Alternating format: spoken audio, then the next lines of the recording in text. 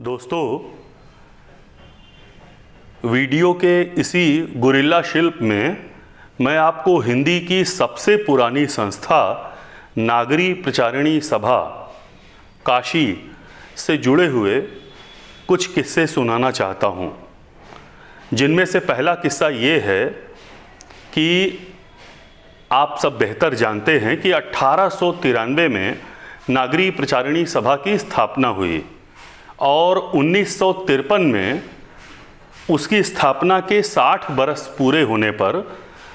इस संस्था का हीरक जयंती समारोह बहुत धूमधाम के साथ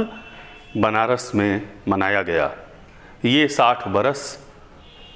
उस संस्था के सबसे गौरवशाली और चमकीले वर्ष हैं। इसके बाद क्या क्या हुआ और अब तक क्या क्या होता आया है, उस दुर्भाग्य की दास्तान जैसे मुझे पता है वैसे ही आपको भी मालूम है। तो मैं आपको 1953 में हुए हीरक जयंती समारोह का एक छोटा सा किस्सा बताना चाहता हूँ। 60 बरस का कामकाज पूरा कर चुकने के बाद उस संस्था के पदाधिकारियों ने, जिनमें आचार्य नरेंद्र देव और आचार्य हजारी प्रसाद द्विवेदी सबसे आगे थे, ये तय किया कि वो ऐतिहासिक विवरणों का एक कालपात्र बनाएंगे। धातु का एक बड़ा सा बर्तन जिसमें उस संस्था की समस्त गतिविधियों का लेखा जोखा कागज़ पर बाकायदा लिख लिख कर रखा जाएगा और उस संस्था के महान आर्य भाषा पुस्तकालय में उपलब्ध, तब तक उपलब्ध सारे ग्रंथों का विवरण भी कालपात्र में,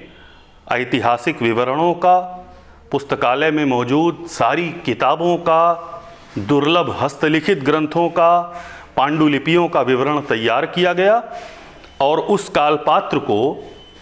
संस्था के परिसर में ही स्थित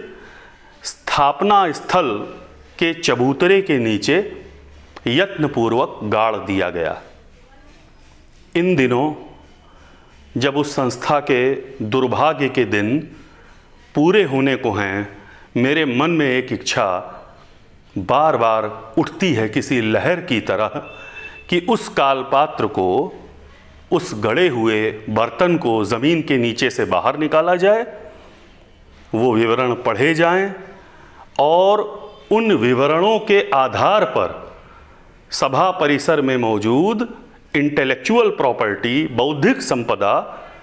और भौतिक संपदा का भी ऑडिट किया जाए। एक सख्त जांच परख, ताकि ये पता लग सके कि 1953 के बाद से आज 2021 तक इस संस्था ने क्या खोया और क्या पाया है। ऐसी आशंका मन में ज़रूर उठती है कि संस्था ने बहुत कुछ गंवा दिया होगा। ठीक है, अगर गंवा भी दिया है तो ये जानने का हक मुझ समेत पूरे हिंदी समाज को है कि हमने वहाँ क्या क्या अनमोल गंवा दिया और इसके बाद इस हानि के लिए जिम्मेदार लोगों की जवाबदेही भी तय हम ही सब करेंगे। शुक्रिया दोस्तों।